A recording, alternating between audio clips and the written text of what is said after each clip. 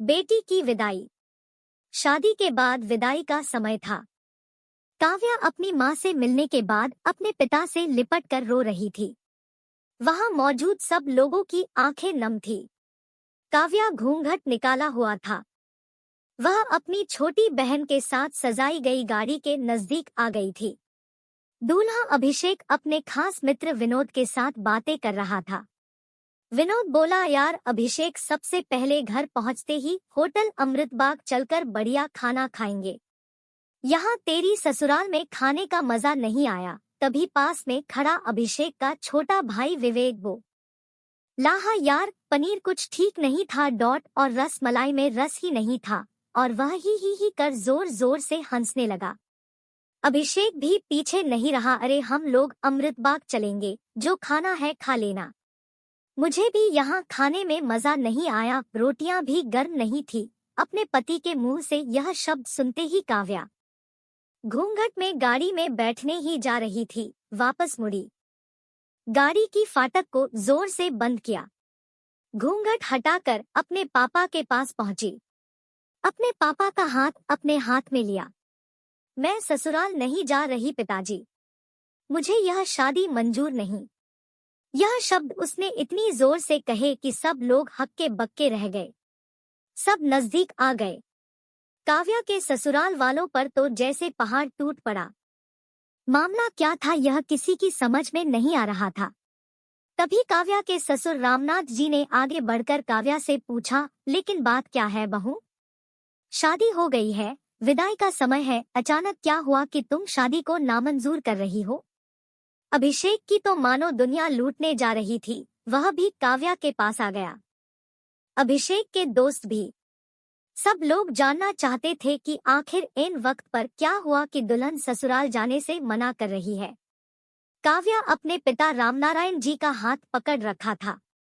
काव्या ने अपने ससुर से कहा, बाबूजी, मेरे माता पिता ने अपने सपनों को मारकर हम बहनों को पढ़ाया लिखाया व काबिल बनाया है। आप जानते हैं एक बाप के लिए बेटी क्या मायने रखती है। आप व आपका बेटा नहीं जान सकते क्योंकि आपके कोई बेटी नहीं है। काव्या रोती हुई बोले जा रही थी, आप जानते हैं, मेरी शादी के लिए व शादी में बारातियों की आवाभगत में कोई कमी न रह जाए, इसलिए मेरे पिताजी पिछले 1 साल से रात को 2 से 3 बजे तक जागकर मेरी माँ के साथ योजना बनाते थे। खाने में क्या बनेगा, रसोइया कौन होगा। पिछले 1 साल में मेरी माँ ने नई साड़ी नहीं खरीदी क्योंकि मेरी शादी में कमी न रह जाए। दुनिया को दिखाने के लिए अपनी बहन की साड़ी पहनकर मेरी माँ खड़ी है। मेरे पिता की इस 150 रुपए की नई शर्ट के पीछे बनियान में 100 छेद है। मेरे माता पिता ने कितने सपनों को मारा होगा, न अच्छा खाया न अच्छा पिया, और बस एक ही ख्वाहिश थी कि मेरी शादी में कोई कमी न रह जाए। आपके पुत्र को रोटी ठंडी लगी, उनके दोस्तों को पनीर में गड़बड़ लगी, व मेरे देवर को रस मलाई में रस नहीं मिला। इनका खिलखिलाकर हंसना मेरे पिता के अभिमान को ठेस पहुंचाने के समान है। काव्या हाँफ रही थी। काव्या के पिता ने रोते हुए कहा, लेकिन बेटी, इतनी छोटी सी बात। काव्या ने उनकी बात बीच में काटी, यह छोटी सी बात नहीं है पिताजी। मेरे पति को मेरे पिता की इज्जत नहीं। रोटी क्या आपने बनाई, रस मलाई, पनीर, यह सब केटर्स का काम है। आपने दिल खोलकर व हैसियत से बढ़कर खर्चा किया है। कुछ कमी रही तो वह केटर्स की तरफ से। आप तो अपने दिल का टुकड़ा अपनी गुड़िया रानी को विदा कर रहे हैं। आप कितनी रात रोएंगे क्या मुझे पता नहीं।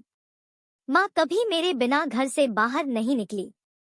कल से वह बाजार अकेली जाएगी। जा पाएगी। जो लोग पत्नी या बहू लेने आए हैं वह खाने में कमियां निकाल रहे।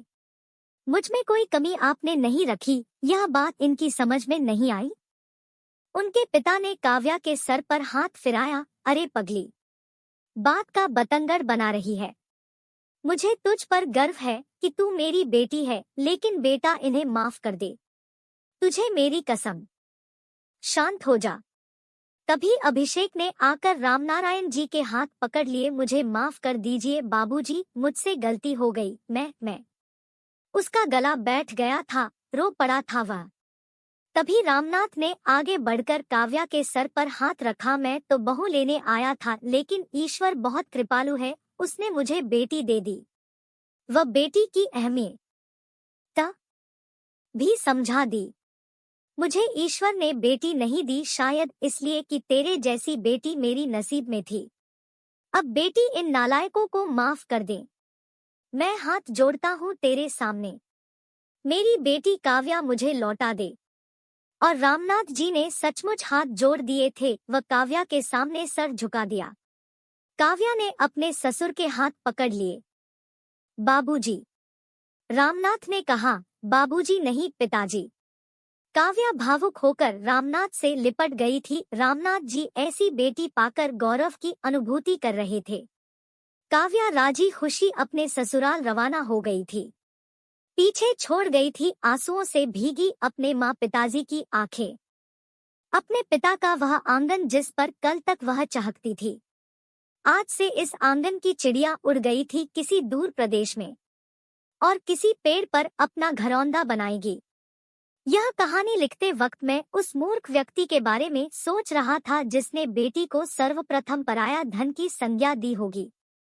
बेटी माँ बाप का अभिमान व अनमोल धन होता है, पराया धन नहीं।